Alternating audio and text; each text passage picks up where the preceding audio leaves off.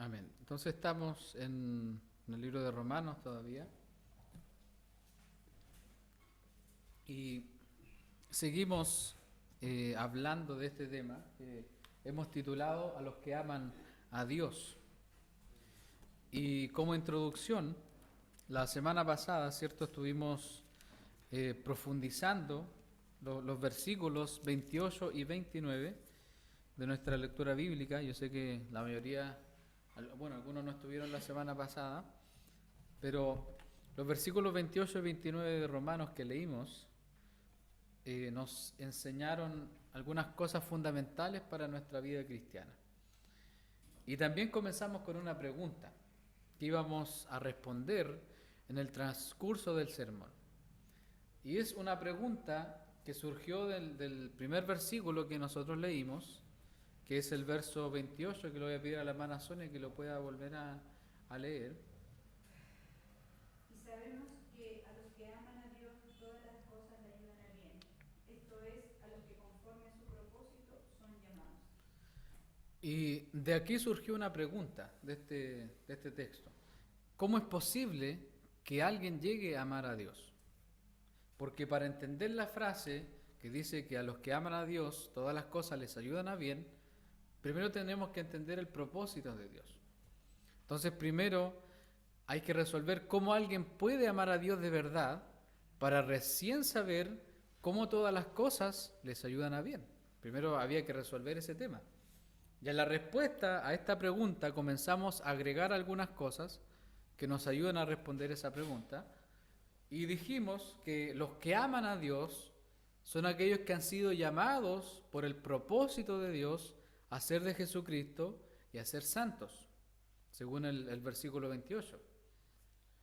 Y ahí en Romanos 1.7, el mismo apóstol Pablo, él comenzaba esta carta diciéndole a los hermanos lo siguiente: a todos los que estáis en Roma, amados de Dios, llamados a ser santos. Entonces ya el mismo apóstol Pablo ya estaba dando luces a qué se refería con ser llamados.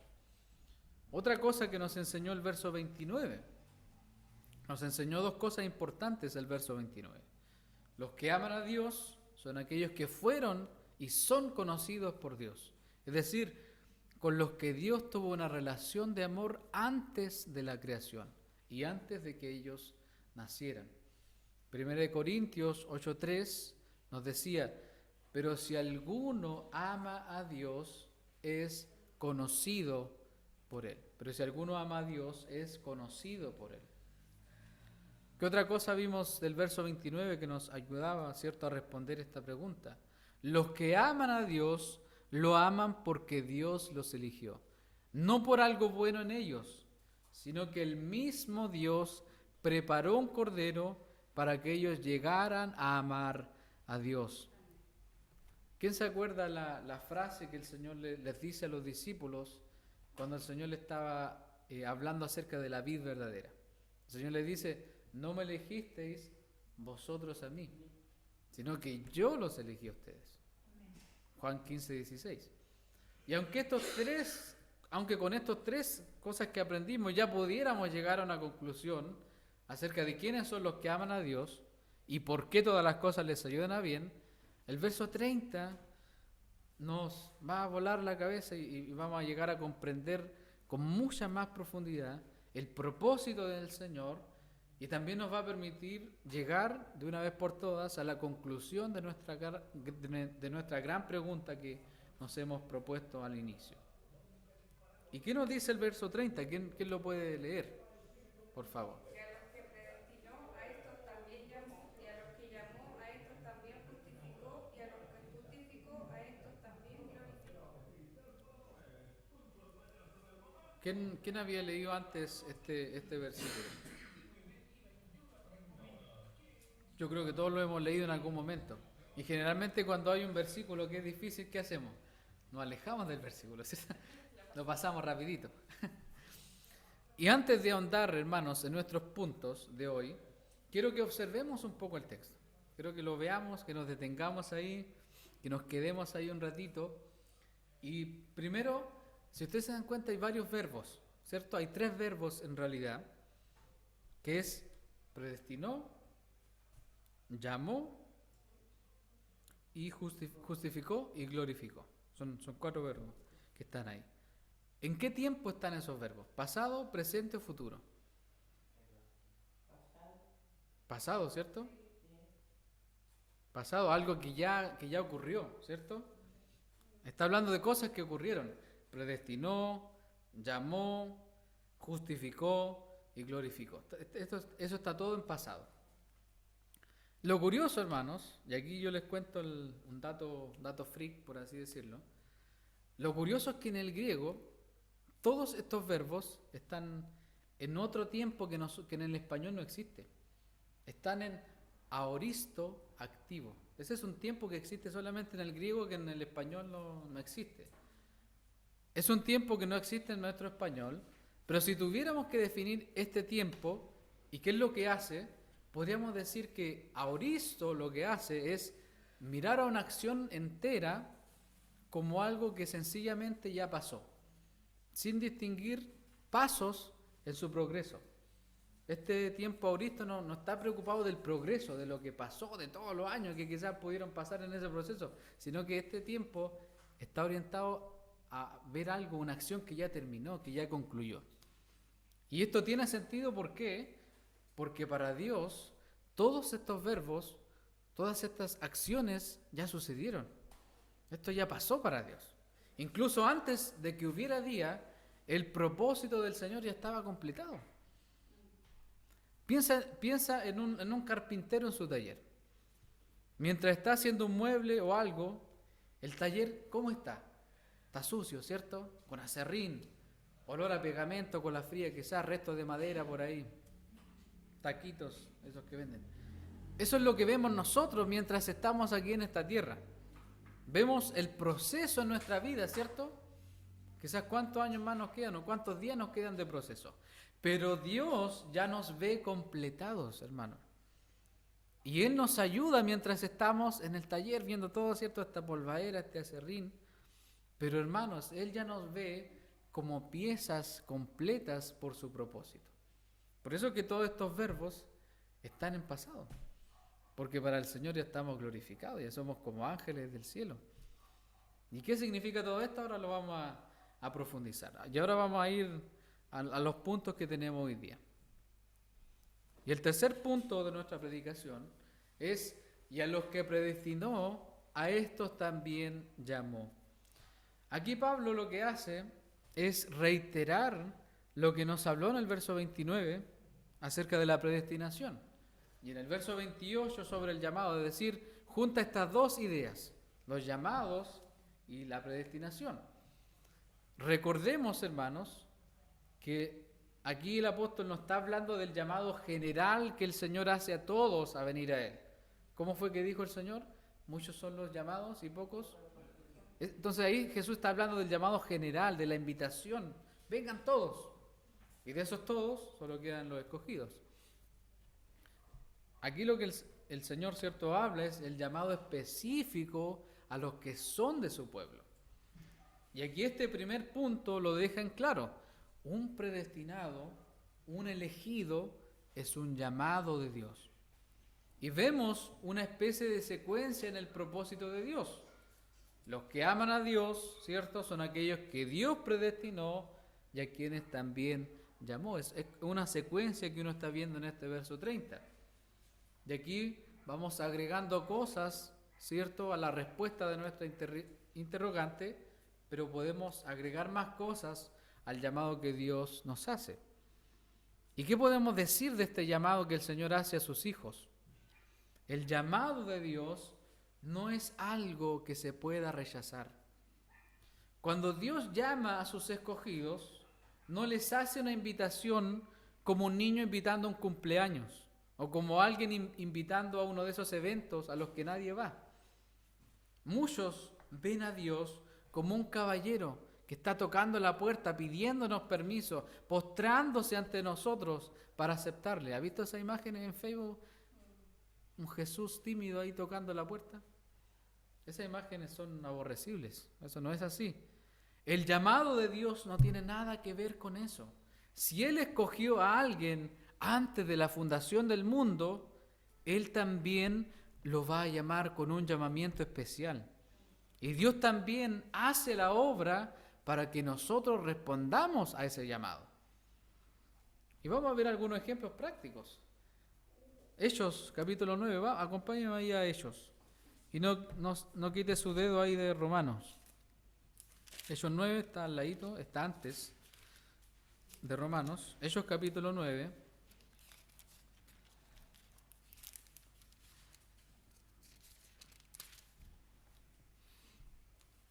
Versículos del 1 al 6. ¿Lo tiene, hermano Mauricio? Sí. Léalo, por favor, del 1 al 6. Saulo, aspirando aún amenazas y muerte contra los discípulos del Señor, vino al sumo sacerdote y le pidió carta para la sinagoga de Damasco, a fin de que si hallase algunos hombres o mujeres de este camino, los trajese presos a Jerusalén. Mas yendo por el camino, aconteció que al llegar cerca de Damasco, repentinamente le rodeó un resplandor de luz del cielo, y cayendo en tierra oyó una voz que le decía: Saulo, Saulo, ¿por qué me persigues? Él dijo: ¿Quién eres, Señor? Y él le dijo: Yo soy Jesús, a quien tú persigues. Dura cosa te es dar coces contra el aguijón. Él, temblando y temeroso, dijo: Señor, ¿qué quieres que yo haga? Y el Señor le dijo: Levántate y entra en la ciudad, y se te dirá lo que debes hacer. Aquí vemos, hermanos, un ejemplo de cómo Dios llama a sus hijos. Dios no pide permiso al hombre, sino que Dios, con su todo poder, llama a sus hijos con un llamamiento eficaz por medio de su gracia irresistible. Porque Él, hermanos, había determinado que ese llamamiento iba a ser efectivo porque Él mismo haría la obra. Aquí no vemos a un Pablo yendo a Cristo, respondiendo al llamado del Señor, sino que lo que vemos es Dios obrando en su vida y Pablo respondiendo entonces al llamado del Señor.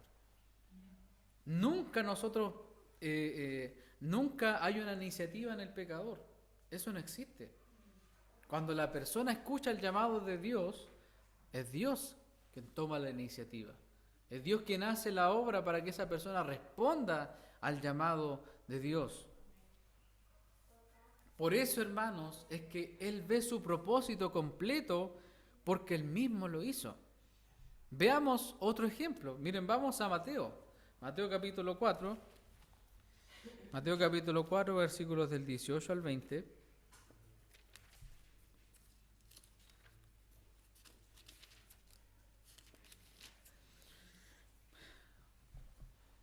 La hermana Sonia parece que lo... 4, Mateo 4 del 18 al 20. Andando Jesús junto al mar de Galilea, vio a dos hermanos, Simón llamado Pedro y Andrés su hermano, que echaban la red en el mar porque eran pescadores. Y les dijo: Venid en pos de mí y os haré pescadores de hombres. Amén. El 20 también, por favor. Ellos entonces, dejando al instante las redes, le siguieron. ¿Qué les dijo el Señor? ¿Quieren venir? Le dijo: vengan en pos de mí, porque yo lo voy a hacer pescadores de hombres. Y ellos que le dijeron: no, Señor, no es mi tiempo. No, sino que al instante dejaron sus redes y le siguieron. Cuando es el momento indicado en la vida del creyente, esa persona va a dejar todo y va a seguir al Señor. Es así como funciona. Es así como funciona. Así, hermanos, opera el llamado de Dios. Alguno de nosotros quizás podría decir: no, yo arranqué del llamado de Dios por mucho tiempo. Eso es lo que nosotros creemos en nuestra mente, ¿cierto? Pero cuando Dios nos llama con su llamamiento, no hay otra cosa que puedas hacer que arrepentirte y correr a Él. Dios es el único que no acepta un no por respuesta. Él es el único que no acepta un no por respuesta. Dios nos dice: no, un hijo mío me dijo que no. No, Él no acepta un no por respuesta. En los creyentes, los elegidos siempre van a responder con un sí a Dios, porque Dios es quien hace la obra en ellos. ¿Quién hizo la obra en nosotros para creer? El Señor. Porque si fuera por nuestra voluntad, ¿dónde estaríamos? Afuera. Si fuera por nosotros. Pero es por Él, es por su gracia y su amor. Él es quien llama y trae cuando Él hace eso, no hay nadie que pueda resistirse. Por eso oremos, hermanos, por aquellos que están fuera, para que Dios los llame, y así como a Pablo, así como los apóstoles, y así como nosotros, lleguen a conocer a Cristo. Porque cuando una persona es llamada por Dios, esa persona nunca más va a salir de su camino. Vamos, tenemos todos caídas y cosas así. Pero cuando una persona es realmente llamada por Dios, persevera, sigue caminando. ¿Por qué? Porque no es cualquier llamado. No es un llamado de un evangelista que está manipulando, o de nosotros mismos que a veces manipulamos a la gente para que tome una decisión. Es el llamado de Dios. Y puede venir de cualquier forma. Puede venir de cualquier forma. Un papel quizás por ahí. Un papel, un tratado que quedó tirado por ahí. Oh, gente se encuentra con Dios. El llamado de Dios para sus hijos es algo especial. El llamado de Dios es como un llamado de un pastor a sus ovejas. ¿Has visto en el campo cuando los pastores llaman a la oveja? Incluso Juan 10 nos ayuda en eso, nos ayuda bastante. Juan capítulo 10, y quédese ahí un ratito en Juan 10, pero acuérdese de no quitar su dedo ahí de Romanos.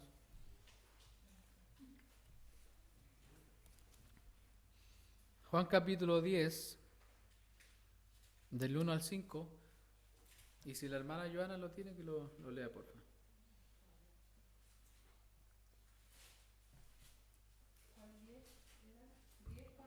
Del 1 al 5. De cierto os digo, el que no entra por la puerta en el redil de las ovejas, sino que sube por otra parte, ese es ladrón y salteador. Mas el que entra por la puerta, el pastor de las ovejas es. A este habla el portero, y las ovejas oyen su voz, y a sus ovejas llama por nombre y las saca. Y cuando ha sacado fuera todas las propias, va delante de ellas, y las ovejas le siguen porque conocen su voz. Mas al extraño no seguirán, sino huirán de él, porque no conocen la voz de los extraños. Así es, hermanos, el llamado de Dios para nosotros, los creyentes. Los que somos ovejas de Él, conocemos su voz, conocemos la voz de Dios. Y no conocemos, dice el texto, voces extrañas. Por lo tanto, no vamos a seguir otra cosa que no sea a nuestro pastor. Así que una verdadera oveja se mantiene siempre oyendo la voz de su pastor. Y no conocemos su llamado porque seamos ovejas inteligentes. Porque la oveja generalmente, los animales son bien torpes. Necesitan ser direccionados. Ninguna oveja se acerca sola al pastor, sino que el pastor la llama y hace todo por él, por la oveja. Entonces, no conocemos el llamado de Dios porque seamos inteligentes o porque en nosotros haya algo bueno, sino que sabemos cuál es nuestro pastor por lo que este pastor ha hecho por nosotros. De ahí donde está el Evangelio. Juan 10, 11. ¿Están en Juan 10? ¿Quién tiene el Juan 10, 11, por favor? Yo soy el buen pastor su vida da por las ovejas. Eso es lo que hace la diferencia. Porque también nos hablaba de un pastor que es asalariado, que no le importan. Que a alguien le pagaron para que cuide la oveja, pero las ovejas no son de él. Pero en cambio este pastor, este buen pastor, que nos llama a nosotros, él da su vida por las ovejas. Y del 14 al 16 de Juan 10, por favor, mi esposa. Yo soy el buen pastor y conozco mis ovejas, y las mías me conocen, así como el Padre me conoce, y yo conozco al Padre, y pongo mi vida por las ovejas. También tengo otras ovejas que no son de este redil. Aquellas también debo traer, y oirán mi voz, y habrá un rebaño y un pastor. Se fija que vuelve a hablar de que él conoce a sus ovejas y las ovejas me conocen Y dice, así como el Padre me conoce y yo conozco al Padre. Y este conocer, recuerden que no habla de ubicar a alguien o de conocer las características, sino que habla de una relación amorosa. De eso habla este conocer. Entonces, ¿por qué el llamamiento de Dios es eficaz? ¿Por qué funciona cada vez que Dios llama a alguien? Cada vez que Dios llama a sus elegidos, ¿por qué funciona? ¿Por qué alguien que es llamado verdaderamente por Dios no puede rechazarlo? Porque Cristo, el Hijo de Dios, dio su vida para él mismo llevarnos al Padre, sin pedir permiso, sin pedir autorización, para hacernos oír su voz y su llamado. Él mismo dice, tengo otras ovejas, ¿cierto?, que no son de este redil, aquellas también debo traer. Él mismo las trae. Él mismo trae las ovejas. Y oirán mi voz, y él lo asegura, oirán mi voz y habrá un rebaño y un pastor. Segunda de Timoteo 1:9. Mire lo que nos dice, y esto complementa mucho lo que estamos viendo en el verso 30 de Romanos. Segunda de Timoteo, capítulo 1, verso 9. No sé si la Rocío lo tiene. ¿Qué versión tenés? Ya, primero vamos a leer la Reina Valera y después vamos a leer esa. ¿La hermana María tiene segunda de Timoteo? 1:9. Léalo. Que nos salvó y llamó con llamamiento santo, no conforme a nuestras obras, sino según el propósito suyo y la gracia que nos fue dada en Cristo Jesús antes de los tiempos de los siglos. ¿Se dan cuenta cómo se conecta este texto con lo que estamos enseñando? Él nos salvó y llamó con llamamiento santo, no conforme a nuestras obras, ¿ya? Dejamos claro, ¿cierto?, que no es por nuestras obras, no es por nuestra iniciativa, sino según el propósito suyo. El mismo propósito del que nos habla, ¿cierto?, el verso 28 de Romanos 8. Dice, según el propósito suyo y la gracia que nos fue dada en Cristo Jesús, ¿cuándo? Antes de los tiempos de los siglos. Antes de los tiempos de los siglos. O sea que ya veníamos con gracia ya incluida. Cuando nosotros nacimos, veníamos con la gracia preparada ahí para ser recibida en algún punto. La Rocío quedó ahí pendiente con ese mismo texto, en la Nueva Traducción Viviente. Pues Dios nos salvó y nos llamó para vivir una vida santa. No lo hizo porque lo mereciéramos, sino porque ese era su plan desde antes del comienzo del tiempo, para mostrarnos su gracia por medio de Cristo Jesús. Ahí está mucho más claro, ¿se dan cuenta?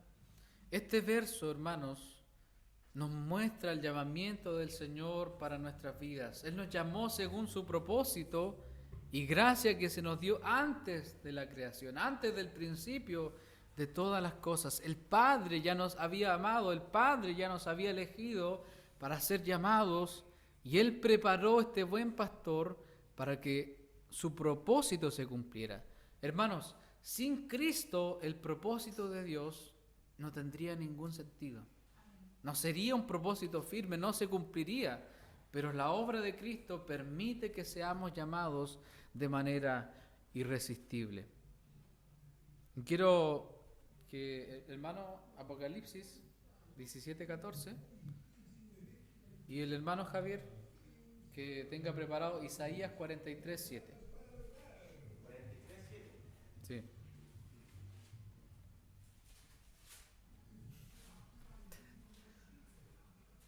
Apocalipsis 17:14. Se levanta el enemigo de repente.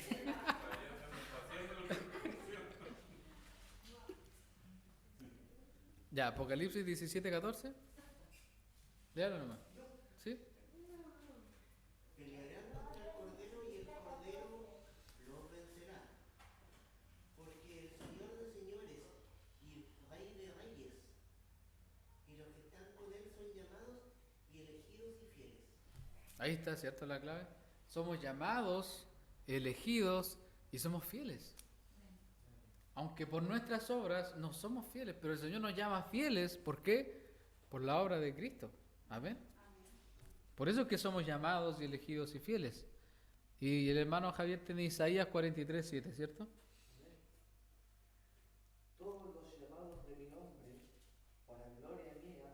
he creado, los formé y los hice. Amén. Ahí estamos también nosotros, los llamados de su nombre. Y ya con esto, ya que hemos profundizado, ya vamos a dejar de estrujar esa frase.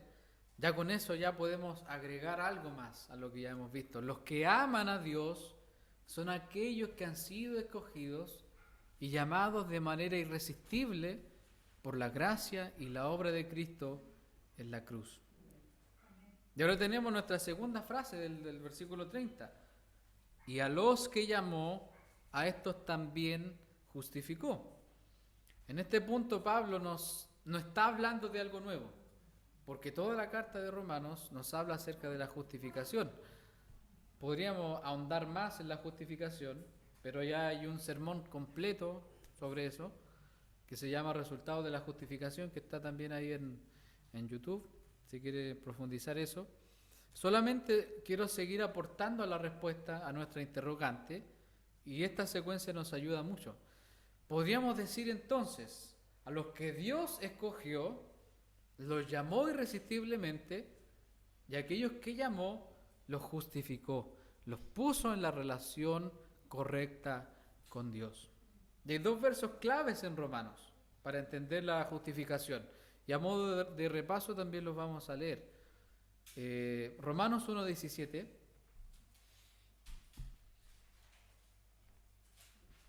Y el hermano Germán, Romanos 1:17, el primer versículo. Y el hermano Javier, Romanos 5:1. Porque en el Evangelio la justicia de Dios se revela por fe y para fe, como está escrito, mas el justo por la fe vivirá. Y Romanos 5:1.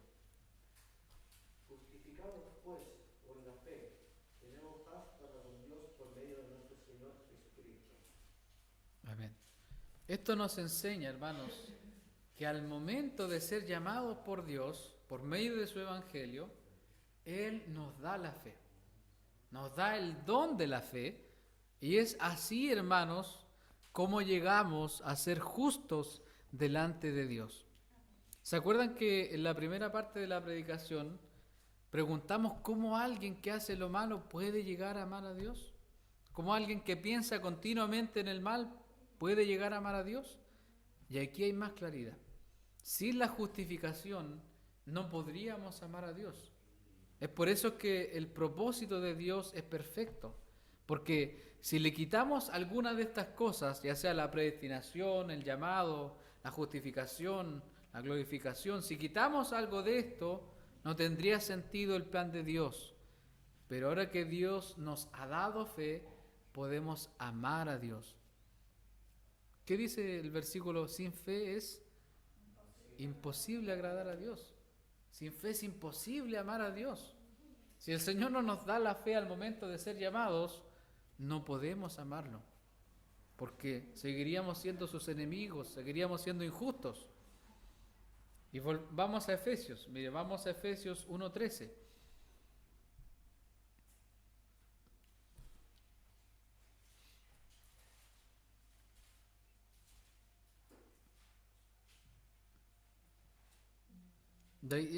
Ahí dice así: en él también vosotros, habiendo oído la palabra de verdad, el evangelio de vuestra salvación. En esa frase, ¿de qué no está hablando? Del llamado del Señor. Cuando nosotros oímos el evangelio, el Señor nos está llamando. Y dice, y habiendo creído en él, es decir, teniendo fe en el Señor, el momento en que el Señor nos dio fe, fuisteis sellados con el Espíritu Santo de la promesa. Ahí está la justificación. ¿Se dan cuenta? Ahí están los tres componentes necesarios para que una persona pase a ser justo delante de Dios.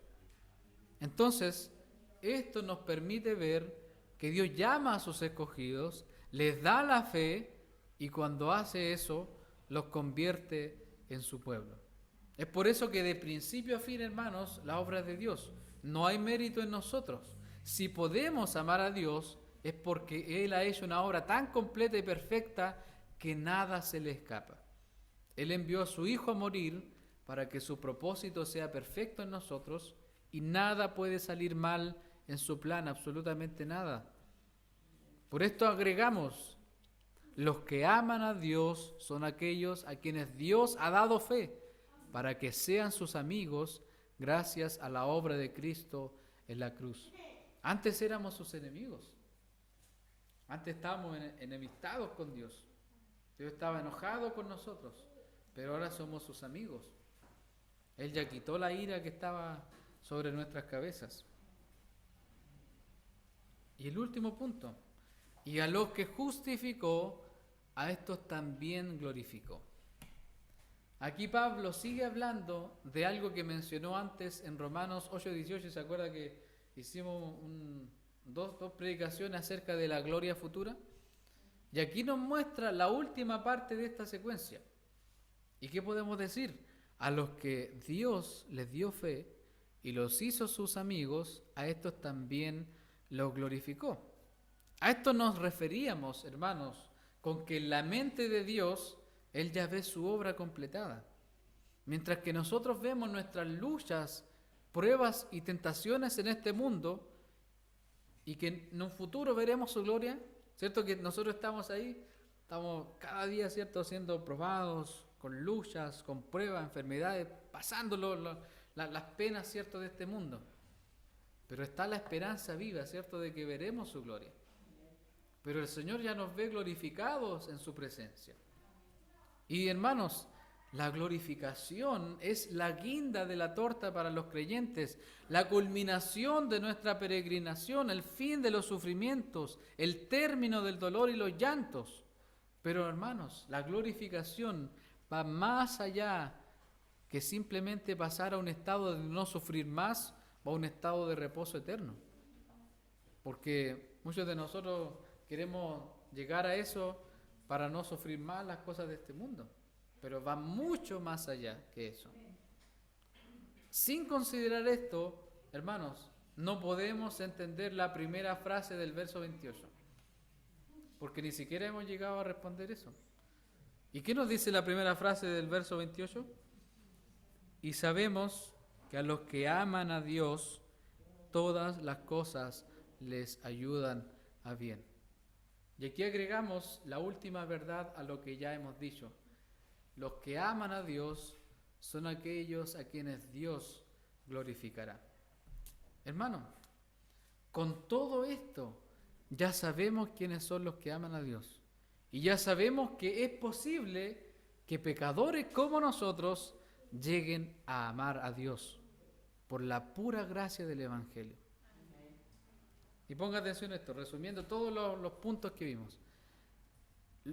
Porque los que aman a Dios son aquellos que han sido llamados por el propósito de Dios. Son aquellos que tuvieron una relación de amor con Dios antes de la creación y que lo aman porque Él los eligió. No por algo bueno en ellos, sino que el mismo Dios preparó un cordero para que ellos llegaran a amar a Dios. Estos que aman a Dios también han sido escogidos y llamados de manera irresistible por la gracia y la obra de Cristo en la cruz, dándole fe para que sean sus amigos, a quien también en un futuro les dará su gloria. Y aquí está la pregunta. ¿Usted sabe por qué todas las cosas nos ayudan a bien? Y aquí está la respuesta. Porque, hermanos, nuestro bien no es nuestro bienestar en la tierra, o que tengamos dinero, riqueza, salud o un buen pasar. Nuestro bien, hermanos, ¿sabe cuál es nuestro bien? Es el propósito de Dios en nuestras vidas, y todo lo que leímos de que fuimos predestinados, llamados, justificados y glorificados, apunta a un solo propósito que el Señor ya nos había dicho en el verso 29. Todo eso. ¿Por qué todas las cosas nos ayudan a bien? ¿Y cuál es ese bien? Leámoslo, está en el verso 29. Ahí está el secreto. Ahí está la joya. Porque a los que antes conoció, también los predestinó. ¿Para qué? Ahí está la clave. Para que fuesen hechos conforme a la imagen de su Hijo, ¿Y lo que sigue? para que Él sea el primogénito entre muchos hermanos. La Nueva Traducción Viviente dice, para que llegaran a ser como su Hijo, a fin de que su Hijo fuera el Hijo mayor o el supremo entre muchos hermanos. Todas las cosas nos ayudan a bien porque el propósito de Dios es que seamos y lleguemos a ser iguales a Jesús. No tiene nada que ver con que seamos prósperos en esta tierra o que todas las cosas nos ayudan a bien en nuestro éxito personal. No tiene nada que ver con eso. Sino que tiene que ver con que todas las cosas ayudan a que cumplamos ese propósito en Dios. El llegar a ser iguales a Jesús. Para esto Dios pensó y deseó un propósito perfecto donde Él proveería todas las cosas para aquellos que amó de antemano. Todo nos ayuda a bien porque el Señor está formando el carácter de Cristo en nosotros y nuestra esperanza es que Dios terminará su propósito en nosotros. Cada circunstancia nos lleva al cumplimiento del propósito de Dios en nosotros. Cada día que pasa el Señor está formando a su Hijo en nosotros. Cada prueba, cada tribulación es parte del proceso del Señor en nuestros corazones y Él matará el pecado en nosotros para un día ser glorificados y que no nos quede ni una mancha ni una arruga, ni un recuerdo del viejo hombre. ¿Por qué todas las cosas nos ayudan a bien? Porque el Señor está poniendo la imagen de Cristo en nuestro corazón. Porque un día no vamos a ser iguales al mejor predicador que hemos visto en la vida. Vamos a ser iguales ¿a quién? A Cristo. ¿Por qué todas las cosas nos ayudan a bien? Porque estamos siendo conformados a la imagen del Señor. Aferrémonos a sus promesas. A los que aman a Dios, todas las cosas cooperan para llegar a ser como Cristo un día. ¿Sabe por qué, hermanos, le damos tanto énfasis al discipulado? Porque eso nos ayuda a llegar a ser como Cristo. Porque si no reflejamos a Cristo al mundo, entonces reflejamos cualquier cosa. ¿Cuál es el propósito del discipulado? ¿Cuál es el propósito de la iglesia? De que reflejemos a Cristo en nuestro día a día. Aún en este cuerpo pecaminoso, ¿cierto? Porque cuando menos lo esperas, el pecado sale, ¿cierto? Porque somos tan pecaminosos, hermanos, que ni siquiera sabemos cuán arraigado está el pecado en nuestro corazón. Ni siquiera sabemos. Por eso es que dice, ¿quién conoce el corazón perverso? El Señor es quien conoce nuestro corazón. Y Él es quien está haciendo que todas las cosas... A veces uno dice, ¿pero por qué me está pasando esto, Señor? El Señor está haciendo eso para que seas más como Cristo. ¿Por qué me estás trayendo esta prueba tan grande que yo no puedo soportar? Porque el Señor nos está haciendo más como Cristo. Nuestro carácter va cambiando en los años. Nos dicen las mismas cosas de antes. O quizás decimos las mismas cosas de antes, pero el Señor está trabajando en nuestro corazón, ¿cierto? ¿Para qué? Para llevarnos a ese propósito, a ser iguales a Cristo. Si amamos a Dios, hermanos, es por su pura gracia. Y sabemos que a los que aman a Dios, si nosotros amamos a Dios, hermanos, es por su pura gracia. No nos vamos a poner aquí porque antes, ¿se acuerdan que leíamos este texto? Y decíamos, tienes que amar a Dios, tienes que hacer esto, tienes que hacer esto otro. Y así las cosas te van a salir bien. No, hermano. Si amamos a Dios, si tenemos una pizca de amor por Dios, porque a veces dudamos de nuestro amor por Dios. ¿Amo realmente a Dios? ¿Cuántas veces nos preguntamos eso? Pero por la gracia de Dios, amamos a Dios y somos sus amigos. Y quiero terminar, hermanos, con 3 versículos que nos dan consuelo en este tiempo de peregrinación.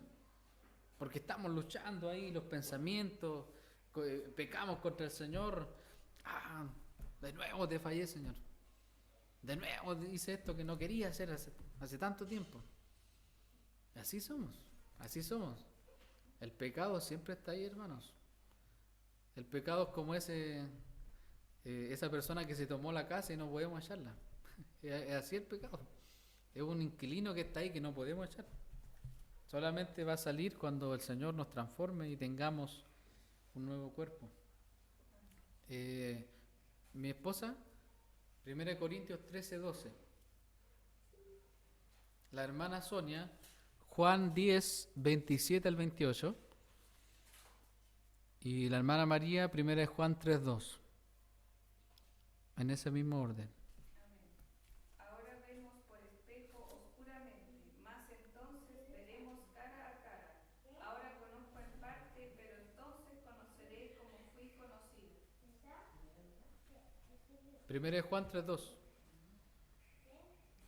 Dice entonces, ahora vemos por espejo, oscuramente. No tenemos claridad de todo lo que leímos, ¿cierto? No sabemos esto de lo glorificó, lo justificó. Nos cuesta entender estas cosas. Vemos oscuramente, pero va a llegar un día en el cual vamos a ver cara a cara. Ya la imagen del Jesús de Nazaret que nos vendió el TVN se va a borrar y vamos a saber cómo es realmente Cristo.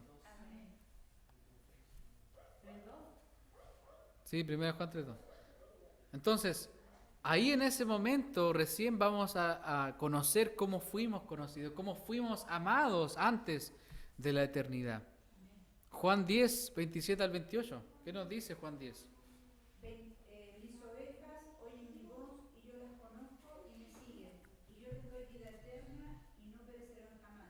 Ni nadie las arrebatará de mi mano. Amén. Amén. Eso es lo que el Señor hace. No vamos a perecer jamás. No hay opciones. Para este pastor, a este pastor no se le escapa ninguna oveja. Por eso tenemos que estar confiados y seguir en esta batalla diaria, en esta lucha contra el pecado, en esta lucha contra el mundo. Mis ovejas oyen mi voz y yo las conozco, yo las amo y me siguen. Y yo les doy vida eterna. ¿Y qué dice? No perecerán, no van a morir jamás, ni nadie las arrebatará de mi mano. Que no nos vendan un cuento. Que no nos vendan un cuento acerca de ese Dios que no es capaz de sostener a un pecador hasta el fin. Que no nos vendan ese cuento. Nuestro Dios es poderoso. No hay nadie tan pecador a quien Dios no pueda sostener hasta llegar a su gloria. Y el último versículo, hermana María, 1 Juan 3:2. Amados, ahora somos hijos de Dios y aún no se ha manifestado lo que hemos de ser, pero sabemos que cuando Él se manifieste, seremos semejantes a Él, porque le veremos tal como Él es. Amén. Entonces, a mí en realidad no me interesa, hermano, las calles de oro, el mar de cristal, no me interesa. Me interesa ver a Cristo cara a cara, ya con eso estoy bien, con eso vamos a estar bien. No nos perdamos en esas cosas. No, yo quiero estar ahí en mi mansión. ¿Cómo ir a hacer mi mansión, Señor? Déjame al lado de mi esposa. Ojalá me pudiera llevar a la mascota. Lo único que importa, hermanos, es llegar a ver a Cristo cara a cara un día. Y lo vamos a ver con un cuerpo glorificado. No va a ser con este cuerpo que se enferma, que anda tosiendo, de repente le dan su achaque, nos deja tirados en la cama, nos da dolor de cabeza. Ya no va a ser así, sino que va a ser libertad plena para adorar al Señor por toda la eternidad. Amén. Así que póngase de pie porque, hermanos, todas las cosas nos ayudan a bien. A ese bien que nos va a llevar a conocer a Cristo un día.